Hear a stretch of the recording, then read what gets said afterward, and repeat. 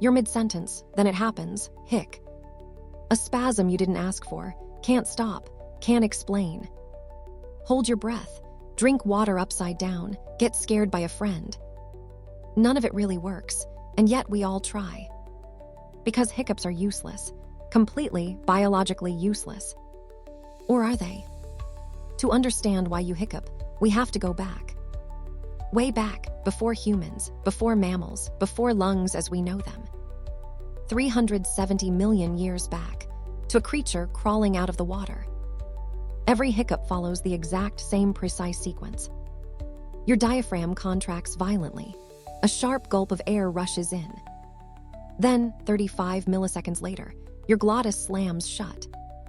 That sudden closure is the hic, air hitting a closed door. It serves no digestive purpose. It aids no breathing function. It doesn't protect you from choking. It doesn't clear your airway. Doctors call it a singultus. Patients just call it annoying. For most of the 20th century, scientists shrugged at it.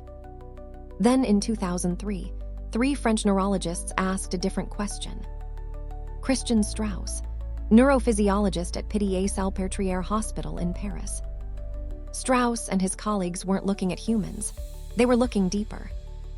Why would evolution preserve a reflex that does nothing for us? Reflexes that survive 370 million years usually had a job. So Straus traced the neural circuitry of the hiccup itself. He found something strange. The pattern wasn't mammalian at all. It matched the breathing pattern of an animal that lives in water. Specifically, a tadpole, or more precisely, a primitive fish with gills. Tadpoles do something called gill ventilation. They gulp water into their mouths, then snap their glottis shut. This forces water across their gills, where oxygen is extracted. The motion is identical to a human hiccup. Same muscles, same timing. Same nerve pathway, running from the brainstem down the phrenic nerve. 370 million years old, the age of the hiccup reflex. The circuit is still there, wired into your brainstem at birth. The hiccup is a vestigial remnant of gill breathing. Straus, 2003. But the story wasn't done. A second theory emerged 16 years later.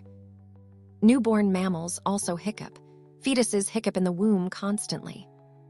Ultrasounds show babies hiccuping as early as 9 weeks gestation. Why would a fetus, who doesn't even breathe air, need this reflex? In 2019, researchers at University College London found an answer. Lorenzo Fabrizi, neuroscientist at University College London. Fabrizi's team monitored 13 newborns hiccuping in their sleep. Each hiccup triggered a huge wave of brain activity in the cortex. The babies were teaching themselves how to breathe. The hiccup, they argued, calibrates the diaphragm to the brain. It's a rehearsal, a test signal for the respiratory system. Studies suggest around 2.5%, the share of a fetus's day spent hiccuping. So you spent months in the womb practicing a fish reflex. After infancy, the hiccup loses its job, but the wiring stays. Stretch your stomach with food, drink something carbonated, swallow air. Any of these can trigger the dormant circuit, hic. But here's where it gets stranger. Some people hiccup not for seconds, but for years. 68 years, the time Charles Osborne hiccuped continuously. Doctors treated Osborne with everything. Nothing worked. Because you can't easily turn off a reflex that old. It lives below conscious thought, in the oldest part of your brain. So the next time you hiccup at a dinner party, you're not malfunctioning, you're remembering. Remembering a body that once breathed underwater. A ghost of gills, still firing in the dark.